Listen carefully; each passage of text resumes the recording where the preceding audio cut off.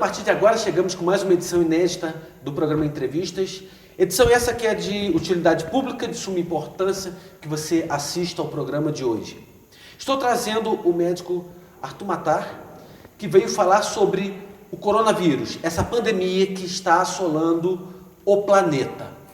Arthur, muito obrigado por ter vindo, por ter aceito o convite para poder falar desse assunto tão sério. A primeira pergunta, o coronavírus tem cura? Gustavo, primeiramente agradecer, segunda vez tenho o prazer de estar no seu programa. O coronavírus ainda não tem a vacina, então a gente não pode dizer que o coronavírus tem cura. Como qualquer virose, você tem o tempo para o próprio organismo se acostumar e resolver, mas ainda não temos a cura.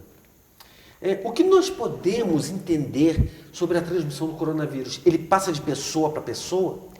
Então, o coronavírus, como qualquer virose, como H1N1, para influenza, ele faz uma transmissão que a gente chama vertical, entre pessoas, principalmente por gotículas respiratórias, um espirro, uma tosse, a pessoa espirrar, apertar a mão de outra pessoa.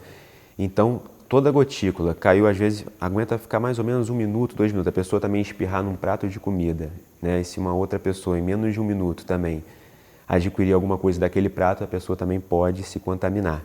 Então, é uma transmissão que a gente chama de transmissão vertical, de pessoas para pessoas. Na Europa, as pessoas estão trocando até a forma de cumprimentar, está todo mundo cumprimentando com o cotovelo ao invés de apertar a mão. Aquelas pessoas que estão com os sintomas de coronavírus também transmitem esse vírus?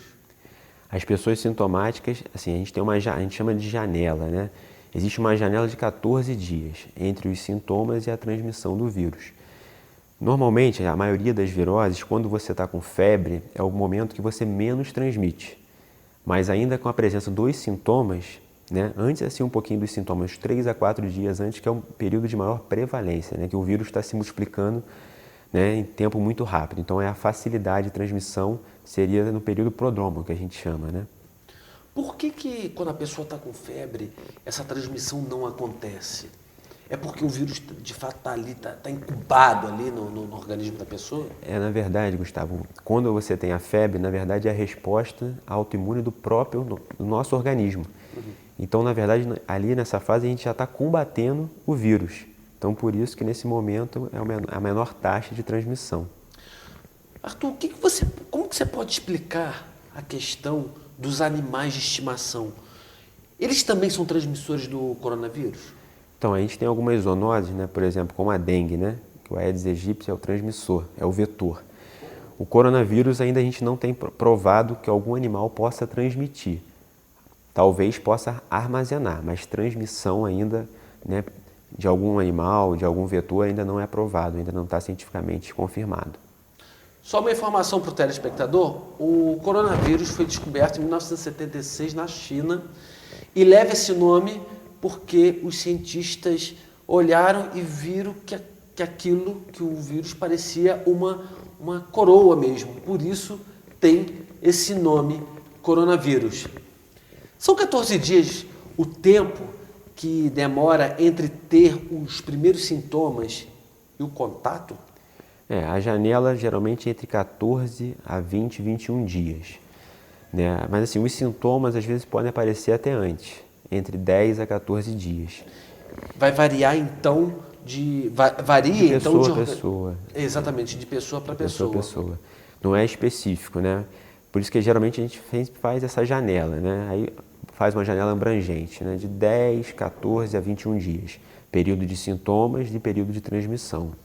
Mas não passa disso. Agora, uma pergunta, você é médico, está explicando na cidade, você foi na boca da galera, explicou, tem feito uma explanação sobre o assunto.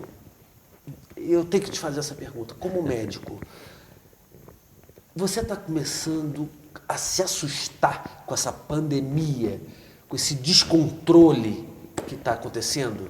Então, Gustavo, foram momentos, a medicina, você tem uma fotografia do momento. Uma semana, falando sobre viroses, muda tudo, o cenário muda.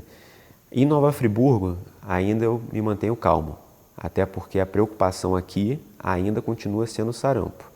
Mas hoje, né, o coronavírus é uma pandemia, né, mas ainda não temos casos confirmados em Friburgo. E hoje temos 17 casos de sarampo confirmados.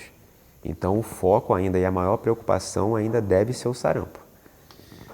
Qualquer pessoa pode tomar vacina para sarampo? Não qualquer pessoa, né? A partir dos 6 meses até os 59 anos. Mas aí tem as suas... a pessoa quando nasceu, eu tomei a minha vacina de sarampo, então eu teria que renovar. A gente sempre tem que fazer a pergunta, quantas doses a pessoa tomou, né? Porque na época, 12 meses a tríplice viral, né? E tem aos 15 meses a tetraviral, que você coloca a varicela, que é a da catapora. Então assim, se a pessoa tiver essas 2 doses, ela não precisa mais fazer a vacina de reforço. Mas caso não sabe, fez uma dose, é recomendado fazer a revacinação. Agora, vamos bater nessa tecla agora do coronavírus, que é o seguinte, que eu acho importante. Fala um pouco sobre os sintomas dessa doença. Gustavo, como qualquer virose, os sintomas são alguns sintomas inespecíficos que acompanham, né? É parecido muito com o H1N1, né? Principalmente febre, tosse, né? Dor de garganta, mialgia, né? Que é a dor muscular generalizada, pode-se ter até um quadro de diarreia. Mas principalmente febre, dor no corpo, dor de garganta, congestão nasal, tosse, pode ser secretiva ou não. Basicamente são esses sintomas. São os pródromos virais, né, que a gente chama.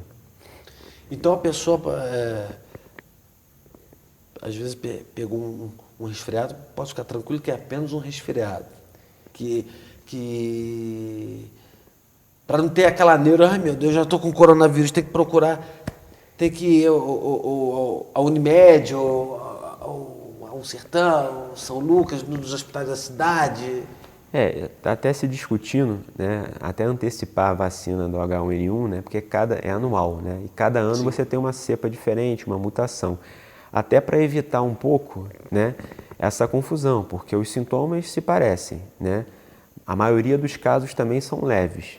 Então, você se vacinando para o H1N1, você já começa a tranquilizar mais até a própria população, né? Mas, assim, isso é muito complicado, né? Porque as pessoas podem se preocupar, né? Se fala muito que a vacina para curar o coronavírus só vai chegar ao mercado em 90 dias. Como administrar? Porque agora a questão é administrar o planeta. Com certeza, mas eu tenho que falar que, assim, 3 meses, né, para uma vacina ser apresentada é fenomenal, né? É um tempo muito curto, se falando até em infectologia, né? O H1N1 já foi um tempo de 1 ano, então 3 meses para essa vacina vai ser um recorde. E assim, a prevenção, como 80% dos casos, né, são leves, a prevenção se dá por maneiras simples, né, como lavar as mãos, né, até os punhos, fazer uso do álcool 70, ao tossir, colocar a mão na boca, né? E principalmente pessoas que estão com quadros virais, se possível, né, no caso de uma pandemia, você ficar em domicílio, evitar aglomerações, né, escolas, hospitais. Nas crianças, como que esse vírus se comporta? Se comporta da mesma forma que uma pessoa adulta? Então, um assunto muito interessante, até que tranquiliza um pouco as mães. 80%, né, dos casos não são graves, como falei antes, e principalmente a gente tem uma inversão da pirâmide. A faixa pediátrica não é a faixa de casos graves. Coronavírus, então, a criança não me interessa, o negócio é adulto. É até assim um pouco engraçado, porque assim, é preocupante também, porque as mães e os pais, por exemplo, que vão ao hospital quando levam seu filho com uma simples virose, às vezes é até mais perigoso agora para os pais, né, do que para a própria criança. Porque os pais, né, principalmente os avós, é o grupo de risco, né, para os casos graves do coronavírus. Então hoje a criança, na verdade, seria até bom, dependendo, nem ir ao hospital. É interessante que a criança está com o organismo em formação e o coronavírus não pega.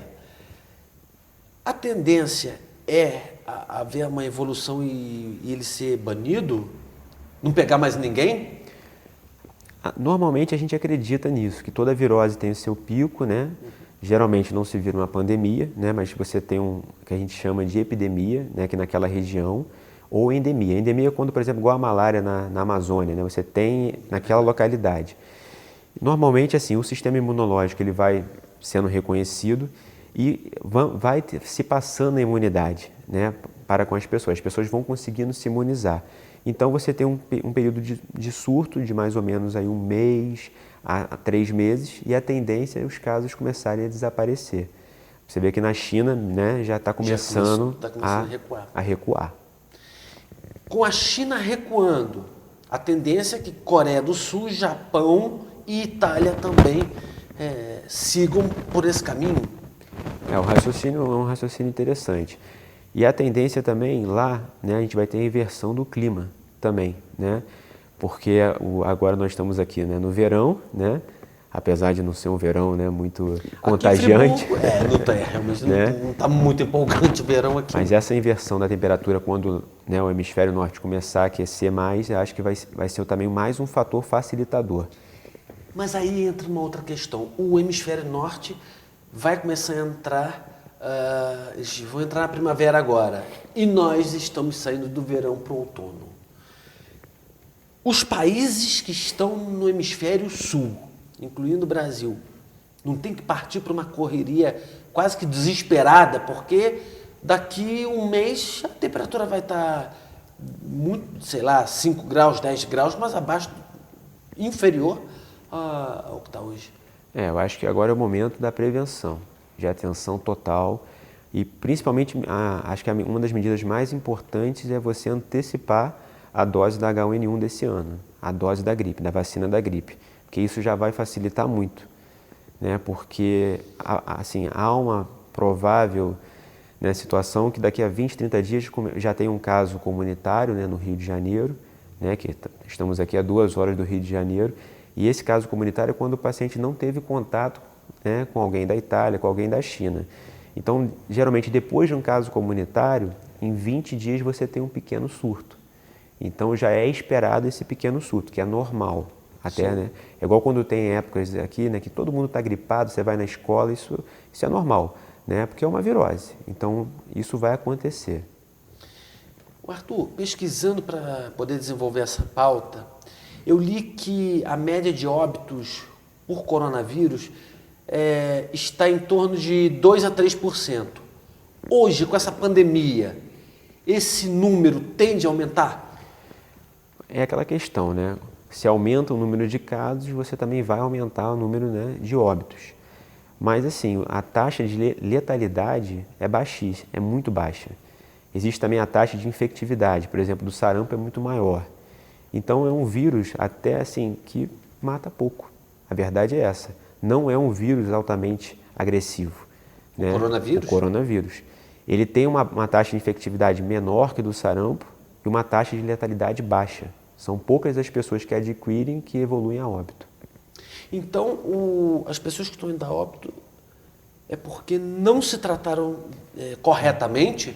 Não, geralmente assim, 14,8%, 15% dos casos de óbitos são de pacientes acima de 70 anos. Né? E geralmente pacientes que têm outras comorbidades. Pacientes tabagistas, que possuem enfisema, pacientes hipertensos, pacientes diabéticos, pacientes asmáticos, pacientes que já têm alguma comorbidade e a imunidade um pouco baixa, né? Um pouco mais fraca. Os imunossupressos, pacientes que fazem uso de corticoide, os soropositivos. Essa é a faixa, pacientes de acima de 70 anos e pacientes imunossupressos, que é a faixa de risco. Pessoas com saúde rígida, é muito raro. Vão ter casos, como já tem, só que é muito mais raro, é a minoria. Muito bem, o entrevista a gente vai fazer um rápido intervalo e o Dr. Arthur Matar voltará para poder continuar fazendo essa explanação sobre essa pauta que é coronavírus. Lembrando, entrevistas pode ser visto no canal do YouTube, mas isso eu falo depois. Voltamos já já.